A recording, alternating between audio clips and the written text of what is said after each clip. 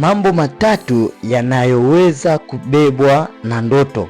Mambo matatu yanaweza kubebwa na ndoto. Kwa nini wote ndoto? Kwa nini wote ndoto? Unatakiwa ujiulize hicho kitu. Kwa nini wote ndoto? Kwa nini wote ndoto? Ila jua pia kwamba ndoto ni kitu halisi.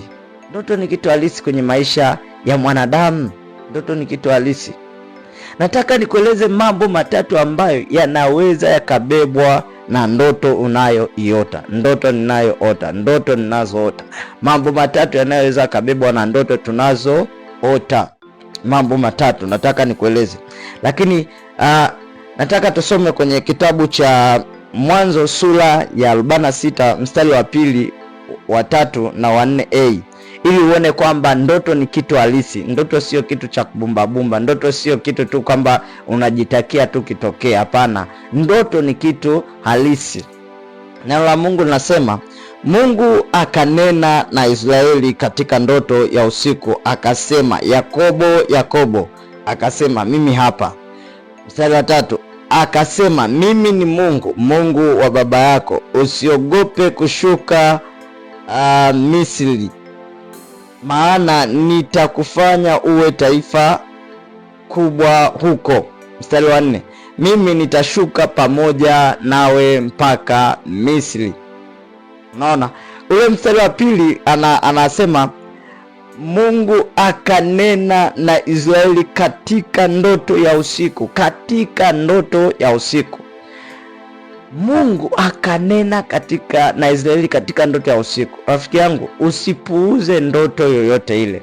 Usiwe mpuuziaji wa ndoto. Ndoto ina kitu inakuwa imebeba ndani yake. Unaona hapa Yakobo alipata taarifa ya yeye kushuka kwenda Misri kwa njia ya ndoto. Ziko njia nyingi ambazo Mungu anaweza kukuletea taarifa, anaweza akasema na wewe. Lakini hapa Yakobo anapata taarifa kwa njia ya ndoto. Anaambiwa usiogope kushuka kwenda Misri, maana nitakuwa pamoja na wewe na huko nitakufanya kuwa taifa kubwa.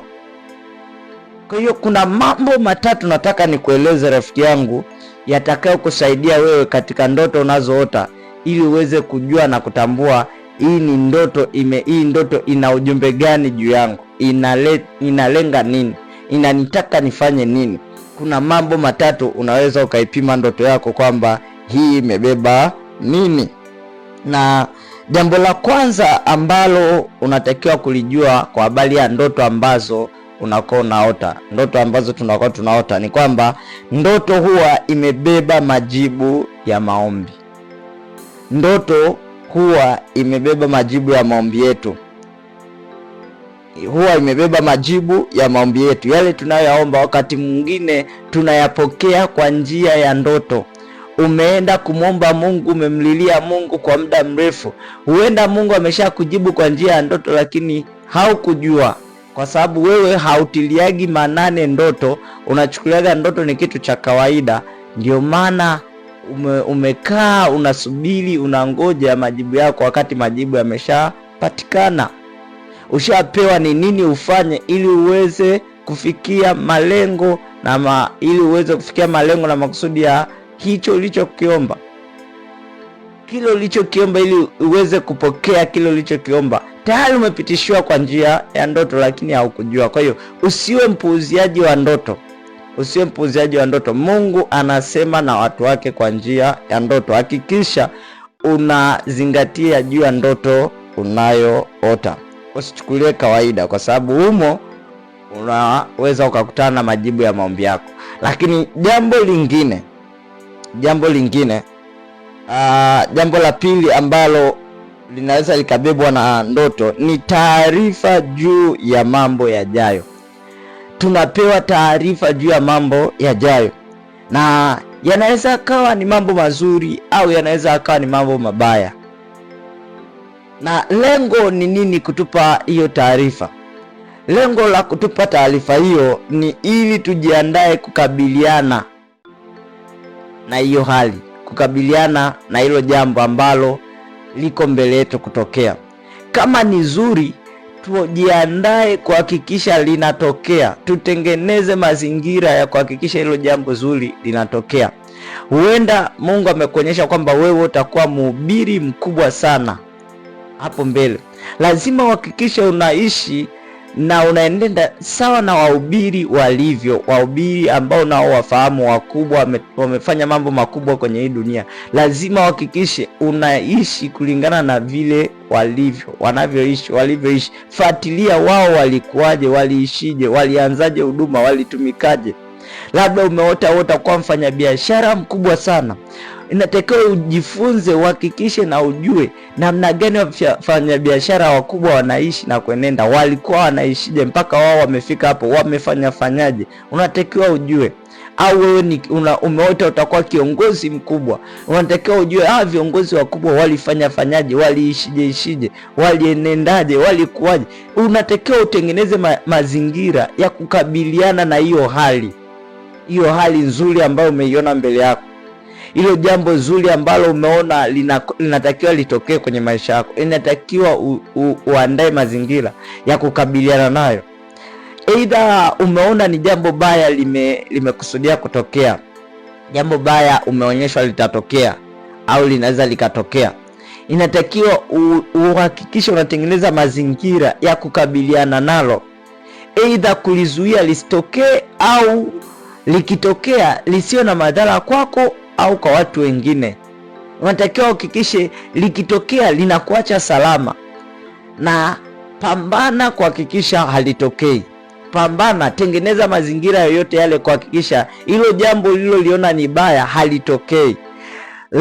Kama likitokea lisiwe na madhara, hata kama likiwa na madhara, linaweza likatokea likawa na madhara, lakini likuache wewe salama na wale wote wanaokuzunguka wabakie salama.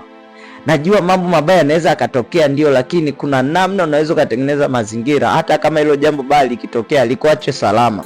Ndio maana umeletewa taarifa mapema ili ujiandae kukabiliana nalo. Kwa hiyo usiwe mpuuziaji wa ndoto. Unapoota ndoto usipuuzie. Jambo la tatu ni kwamba unakuwa unapewa taarifa juu ya tabia na mwenendo ulionao. Unakuwa unapewa taarifa juu ya tabia na mwenendo ulionao. Na kwa nini upewe hiyo taarifa? Ila unachotakiwa kujua ni kwamba hiyo taarifa ya tabia ulionayo inaweza kuwa tabia nzuri au mbaya. Sasa kwa nini upewe taarifa? Unapewa taarifa ili uwe bora zaidi. Tunapewa taarifa ili tuwe bora zaidi. Kama tabia yangu ni nzuri, ni njema, mwenendo wangu ni mzuri na ni mwema, inatakiwa niendelee kuhakikisha mwenendo wangu na tabia yangu inaendelea kuwa nzuri na njema, na kuifanya kuwa bora zaidi, kuendelea kuboresha zaidi, ili niweze kutimiza kusudi na malengo ya mimi kuwepo mahali nilipo, au wewe kuwa mahali ulipo. Na kama tabia yangu ni mbaya, sio nzuri, ninakuwa ninapewa taarifa kwamba ninatakiwa nibadilike, niwe na tabia nzuri ili niwe bora zaidi, ili niweze kutimiza kusudi na lengo la mimi kuwepo mahali nilipo. Kwa hiyo rafiki yangu, ni muhimu sana kuzingatia ndoto. Usipuuze ndoto. Ndoto ni za muhimu sana. Ndoto ni za muhimu sana. Inaweza ikawa hiyo ndoto imebeba mambo haya yote matatu, au ikabeba jambo moja au mawili. Inaweza ikawa imebeba hiyo majibu ya maombi yako, au inaweza ikawa imebeba taarifa juu ya mambo yajayo. Inaweza ikawa imebeba taarifa juu ya tabia na mwenendo wako. Ni muhimu sana kuzingatia ndoto na kujali ndoto, na ipime ndoto katika haya mambo matatu. Unapoota ndoto yote ile, ipime katika haya mambo matatu. Je, imebeba nini? Ina nini ndoto? Lengo la hii ndoto ni nini? Ipime kwenye haya mambo matatu. Ukiweza kufanya hivyo, rafiki yangu, kuna mambo mengi utajikuta unayapokea na unayafanikisha na unayaweza, ambayo hukutarajia wala hukutegemea. Ubarikiwe sana rafiki yangu.